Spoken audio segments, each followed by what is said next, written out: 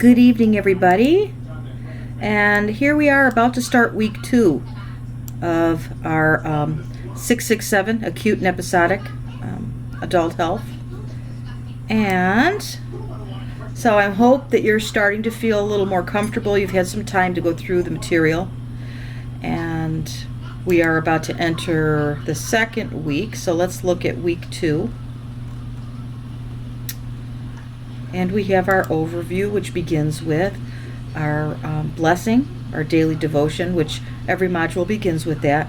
Now, in week 2, we're going to really focus on diagnostic testing and medical decision-making, information technology and patient care, pre- and peri-operative evaluation and management, and the art of diagnosis and treatment. Diagnosing a patient, there truly is an art to it. I'll use a case example I had today. The mother brought a child in. The child was minimally verbal, autistic, about 5, I think he was around 5 years old, presented with a rash. Mother was concerned because she'd been giving him Benadryl and it hadn't responded to treatment. Rash was itchy. And so one of the most important diagnostic tools that you have is the ability to listen to your patients, and ask leading questions. So I sat with the mother and started asking her some questions. Had he been exposed to anything? I knew in my head what it looked like to me. It looked very much like a typical strep rash. Sometimes you'll hear it called scarlet fever, but it happens sometimes with rash with strep, that they develop a rash. And in my conversation, Mom stated that she had strep throat 2 weeks ago, and she hadn't put those two things together. And so we went ahead and tested him for strep, and indeed he did have strep. He was positive for strep. So there definitely is an art, and the longer you're practicing, the more in tune you're going to be with those skills, because you're going to know what to ask.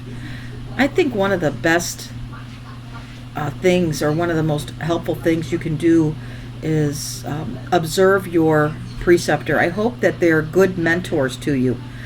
See how they do their questioning of their patients. And I think even a bad preceptor can be a good example, because you certainly can learn methods that you wouldn't want to use.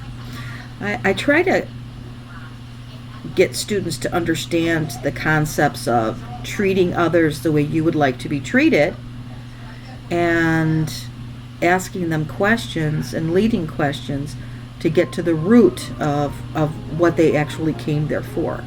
So that's what this week's content is going to be primarily consistent of.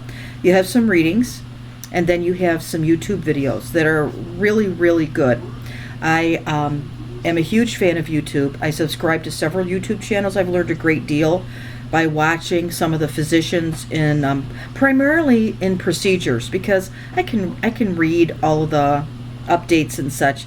But for me, I'm very visual, so it's helpful to me to actually watch them do incision and drainage and different suturing techniques and stuff like that. So that's always helpful for me. So if I come across anything interesting, I'll send it your way. Then we have our case study discussion. I'm going to click on this. And so everybody's been put in teams, and hopefully you've been able to find it. I had a helpful person explain to me how you all could see it, so I hope that you can see that now. And I want you to ask these 6 questions, or answer these 6 questions, and then speak amongst yourselves.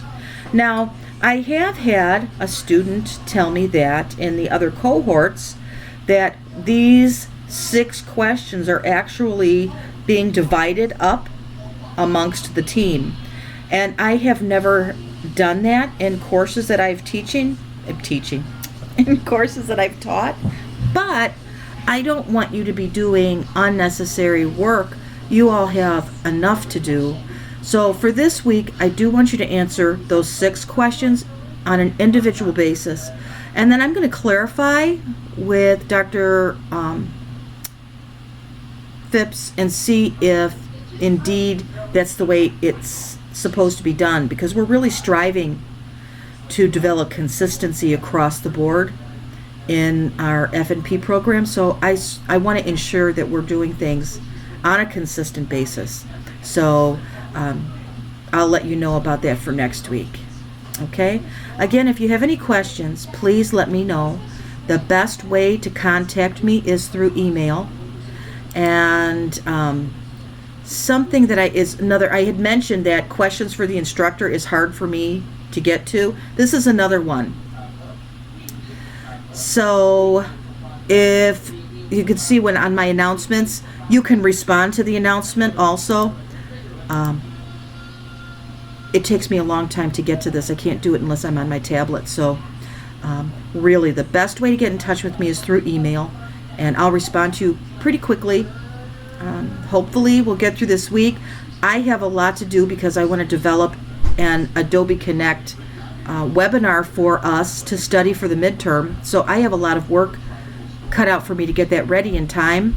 And I'm also feverishly going through all the textbooks because I want to ensure that I am supporting the literature that you're using as your references. So I hope you have a wonderful week, and if you have any questions, don't hesitate to reach out. Bye-bye.